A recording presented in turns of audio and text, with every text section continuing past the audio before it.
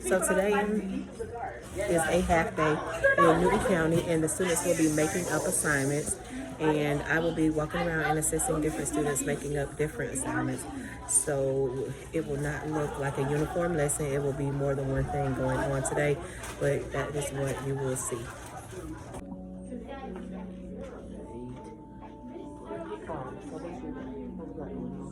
Finding the plot distance,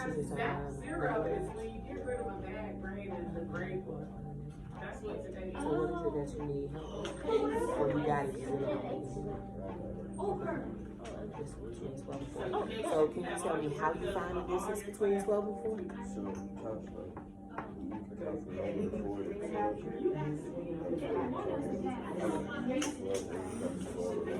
Right, so what answer did you come up with?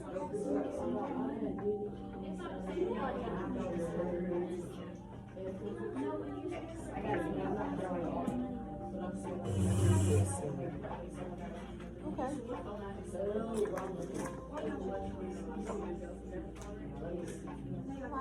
And this is called Delta Man. You're working on something called Delta Man? Okay, hold on, I want to take a good look at that.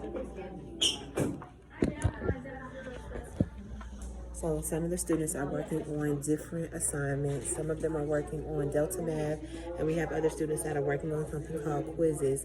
And this is an example of what he's doing on Delta Math. I'm not sure if you can see that, but he is working on integers and plotting numbers and completing assignments that have to be made up.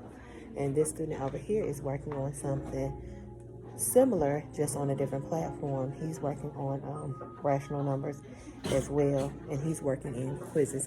He's working in quizzes. I'm not sure if you can see that because of the lighting. And I am walking around and just assisting and seeing where I can help them work out the problems. And if they seem to have a handle on what they're doing, then I'm just having them explain to me what they did.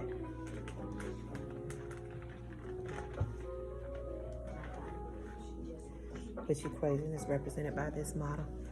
Okay, so can you tell me how you found the answer?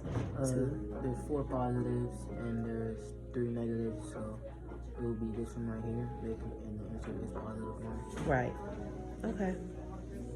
So do you do that in your head, or has it become second nature to you? It's like I do it in my head. It's easy. Okay.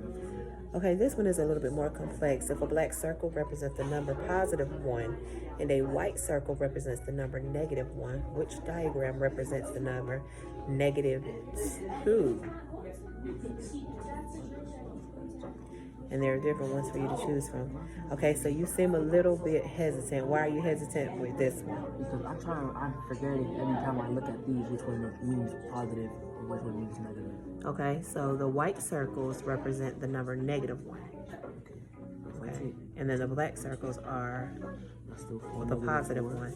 It's this one. Right. All right, Jordan, good. Look at you. 15 plus 11. I actually used to love this part. So if you needed a way to work this assignment out, how would you work this out? With either a manipulative, or if you had to write it on paper, because I see that you're doing most of it in your head. If you had to work it out, what would you do? Like with a piece of paper, like I'll put like negative symbols, then plus symbols, and then circle it. And then whatever is left, if it's a negative or a positive, then I'll just write the answer down. So what's left is what your answer is. Yes, ma'am. Okay, good. That's awesome.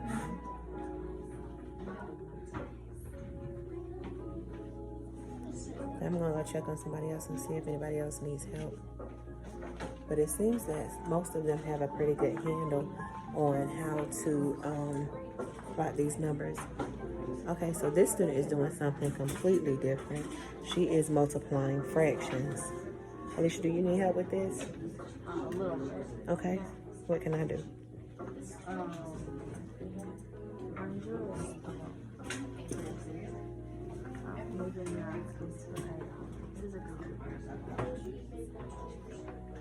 Okay, so because, do you need to do anything to the bottom numbers in order to multiply? Is that a rule? Do you need to do that? I think so. What do you need to do? I'm saying, do you have to make the bottom numbers match in order to multiply, or is that just with addition and subtraction?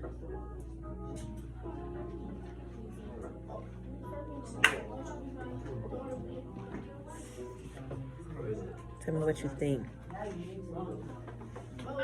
Is there a lesson portion on here? Because I don't want to just give you the answer. How do y'all usually work these types of things out?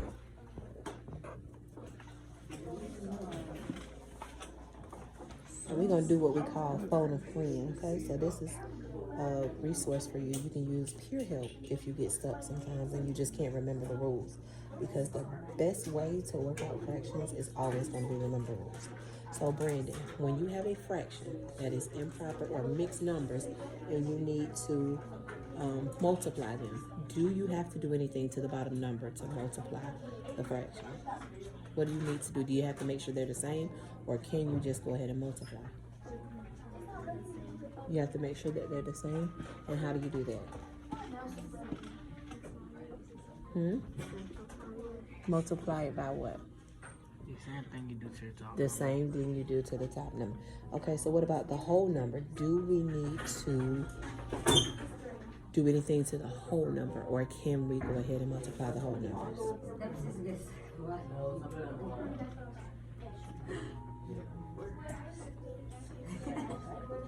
What are we thinking? All right, so I'm gonna go ahead and walk you through it just because you look confused, all right? So when you are multiplying, excuse me, I'm gonna get down here. When you are multiplying, you don't always have to make the bottom numbers match. You can just go ahead and work it out. So start with your whole numbers. What is, multiply your whole numbers. 6. Okay, so go ahead and write that down. Write down 6. All right, now let's multiply the top numbers.